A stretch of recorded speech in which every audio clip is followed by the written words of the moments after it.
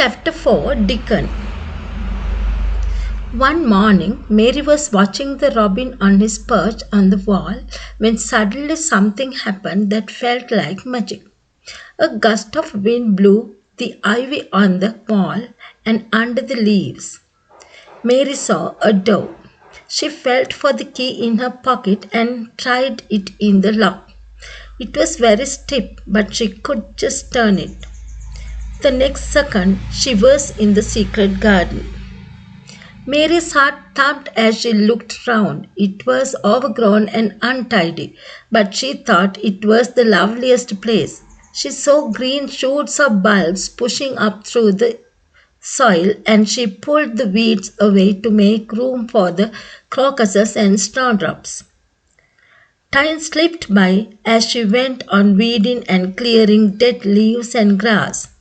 At supper time, she longed to share her secret with Martha, but she dared not in case she should be forbidden to go again to her secret garden. Instead, she said, "I wish I had a bit of a garden to grow things in."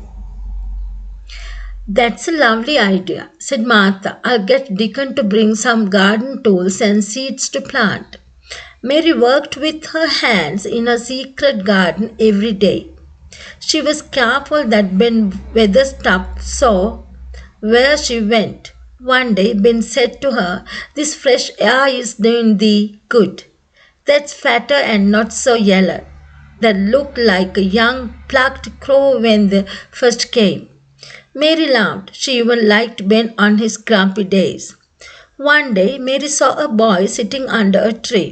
Two rabbits and a peasant were near him, and a squirrel clung to the tree above his head. They all seemed to be listening to the tune he was playing on a pipe. The boy got up slowly so as not to frighten the animals. His blue eyes smiled from his round, rosy face. "I'm Dickon," he said to Mary. "I brought the garden tools and some flower seeds." His smile was so gentle and kind that Mary forgot to be shy. She felt that if animals trust him, she could trust him too. After a while she asked, "Do you know about the secret garden?" "I've heard of it," he said, "but I don't know where it is." Making sure no one was watching, Mary led him through the door in the wall. Dickon was amazed. He looked round at all the plants and trees. "All this will grow," he said. "There will be flowers and roses everywhere in a few weeks." They worked together, weeding and pruning. Mary felt she had never known anyone like Dickon. Trying to speak in a warm Yorkshire voice like Dickon's and Martha's, she asked, "Does they like me?" "Yeah," he laughed. "That I does, and so does the robin." After dinner, Mrs. Medlock came to take Mary to see Mr. Craven. "He's going away tomorrow and he wants to see you first," she said. Mary felt a little afraid and very awkward and stiff, but Mr. Craven wasn't a bit frightening. No, was his back really crooked. His face was handsome but looked full of worry and misery. He asked if there's anything she would like.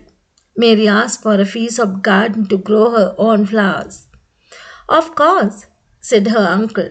"Take any bit that's not been used." Mary knew which bit this would be. She could call the secret garden her own. Yes, now answer these questions. Question number 1. What magical thing happened when she was in the garden? What magical thing happened when she was in the garden? Question number 2. What did she see in the garden? What did she see in the garden? Question number 3. What did she do in the garden? What did she do in the garden? Question number 4. Did she share the secret with Martha? Did she share the secret with Martha? Number 5. Who told Mary this fresh air is doing thee good? Who told Mary this fresh air is doing thee good? Question number 6. Who was sitting under a tree? Who was sitting under a tree? Question number 7. Who were the animals with him? Who were the animals with him? What was he doing? Question number 8. What was he doing? Question number 9. What had he brought for Mary? What had he brought for Mary? Question number 10. Why did Mary trust him? Why did Mary trust him? Just answer these questions and keep ready until I come with chapter 5.